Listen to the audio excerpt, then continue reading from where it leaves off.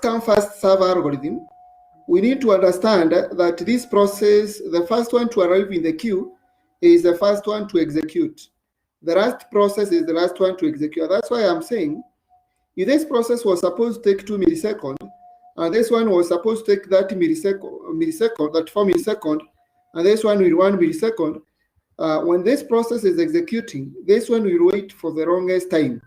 And when it is waiting for the longest time, so it means this execution that we are having here will have some issues of execution. So that's why we find that now, in most cases, we have some difference of executions, and we always lead to some issues within the executions. And these issues within the executions will always lead to some problem of management. And this problem of management can only be solved through maybe using another algorithm. So let us try to look at this process that we have here. And this process has process 0, process 1, process 2, and process 3. But this process has arrival time of 0, 1, 2, 3, and 3. It has an execution time of 5, 3, 8, and 6. Then it has a service. So service time within the execution, we are saying it is the time that we take to execute a process inside a CPU. So in this case, if I can use this way of execution, maybe we allow me to use this,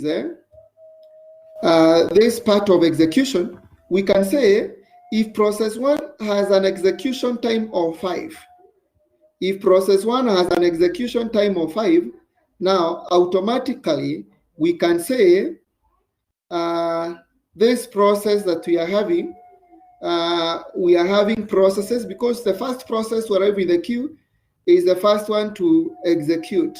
So we can say the first one is process, which process what? Process 0. Then you have process 1. Then you have process 2.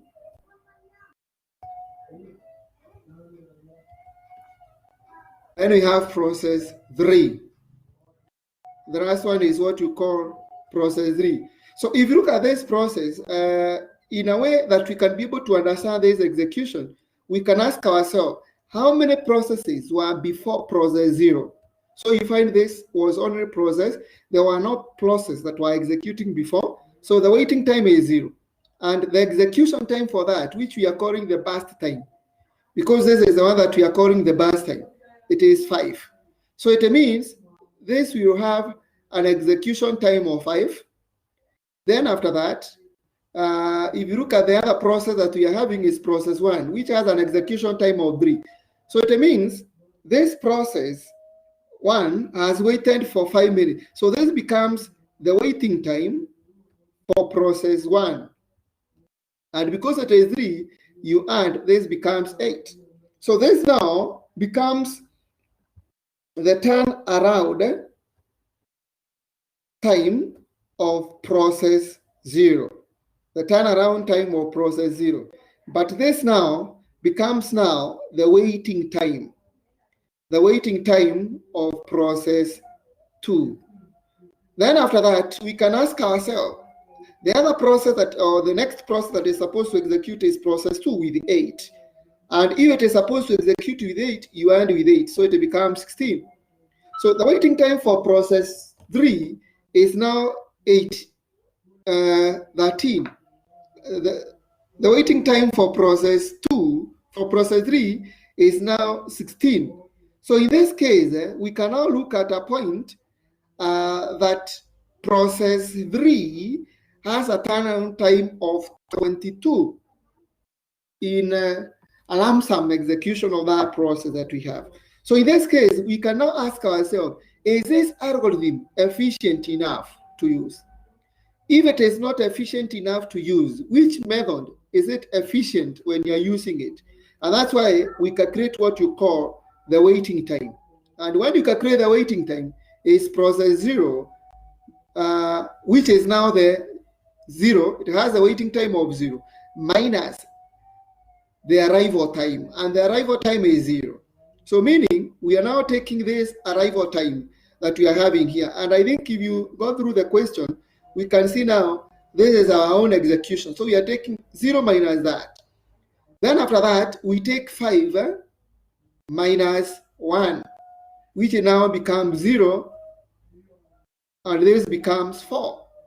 The next one is 8 minus 2, which now becomes 6. Then we have 16 minus 3, which becomes 13. So 10 plus 13, that is 23. So 23 divided by the number of processes, 1, 2, 3, 4. So these are 4. So it will be 5 point something. So in our own execution, we can now try to understand that this process will now have a waiting time of 5 point something. And if it is a waiting time of 5 point something, or the average time of 5 point something, now we can ask ourselves whether that is the best algorithm to use in the execution. So I think we can stop at that time, and maybe if you have another question, maybe you can ask the question.